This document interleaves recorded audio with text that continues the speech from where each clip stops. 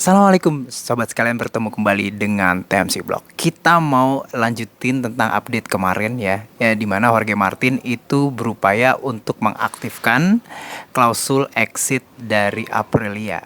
Nah, jadi seperti itu.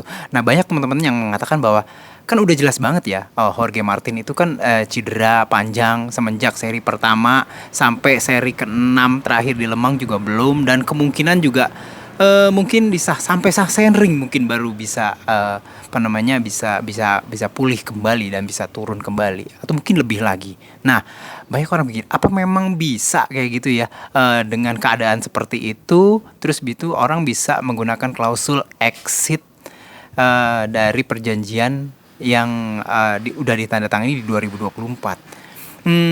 Ya, secara umum sih, secara apa ya, secara humanisme sih kayaknya agak aneh gitu ya. Cuman kalau kita ngomongin bisnis, letter luck dari apa yang tertulis di perjanjian memang bisa aja seperti itu. Dan ternyata ini tuh bukan kasus pertamanya Jorge Martin. Ya, bisa dibilang kalau misalkan ini kasus gitu ya. Ternyata di tahun 2020 itu hadir kayak semacam kasus yang mirip ketika Jorge Martin itu tidak berada di jalurnya KTM lagi. Nah, jadi ceritanya waktu Jorge Martin masih di Moto2 ya, 2020 itu Jorge Martin juga memanfaatkan klausul seperti ini.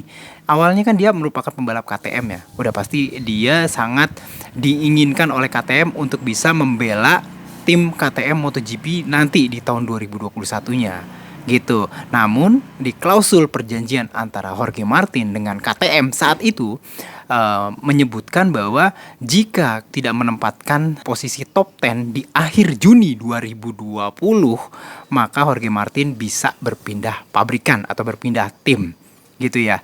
Nah, faktanya pada saat itu adalah, teman-teman masih ingat kan, 2020 itu pandemi COVID-19 yang membuat MotoGP itu baru mulai balapan Juli 2020. Artinya memang secara letter luck, tertulis dalam perjanjian itu di akhir Juni 2020 itu belum bisa masuk top 10, sehingga Jorge Martin bisa menggunakan klausul tersebut untuk pindah pabrikan. Nah, pada saat itu kasusnya adalah dia pindah, akhirnya direkrut oleh Ducati yang memanfaatkan klausul tersebut untuk bisa membajak dalam tanda kutip Jorge Martin untuk bisa membalap di mereka. Itu sebenarnya kasus yang secara umum bisa dibilang berulang ya. Jadi seperti itu teman-teman sekalian. Assalamualaikum warahmatullahi wabarakatuh.